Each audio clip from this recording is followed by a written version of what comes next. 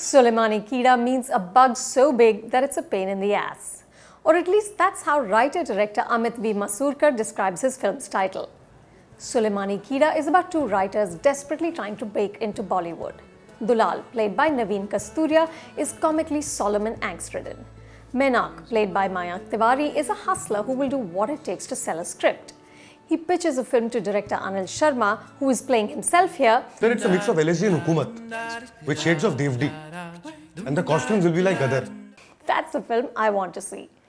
Together, Dulal and Mayank negotiate the mean streets of Andheri, struggling with rejection, heartache, nepotism, and gonzo.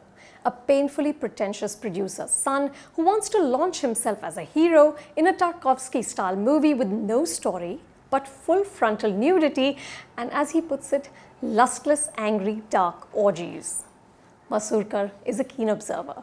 There are some lovely moments that perfectly capture the inherent absurdity of the film industry. At one point, Dulal and Mayank are standing at YRF Studios and begging for an audience with Aditya Chopra. When that doesn't happen, they even ask the watchman if he will give them a hearing.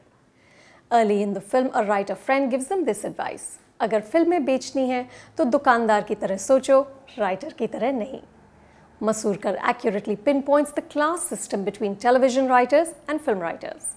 The TV guys have money but are considered sellouts. The film folk are poor but they see themselves as artists. Dulal and Mayank tell the TV guys that they write shit and they say this in Hindi, which somehow sounds far worse. The setup and characters are promising, but Sulemani Keeda never becomes more than the sum of its parts because it's too thin. Masurkar is unable to weave layers or build on his premise.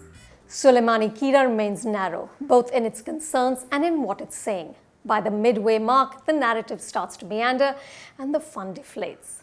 Bollywood is such an easy target that you need to work hard to make fun of it in new and creative ways. The Shaukeens did it by having Akshay Kumar spoof himself. In Happy Ending, Govinda, as an arrogant single-screen star, did the heavy lifting.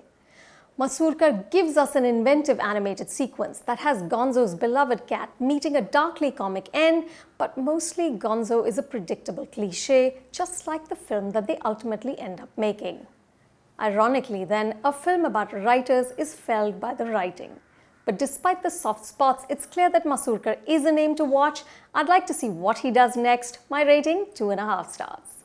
Hi, this is Ranveer Singh. Subscribe to the Film Companion and get your film fix.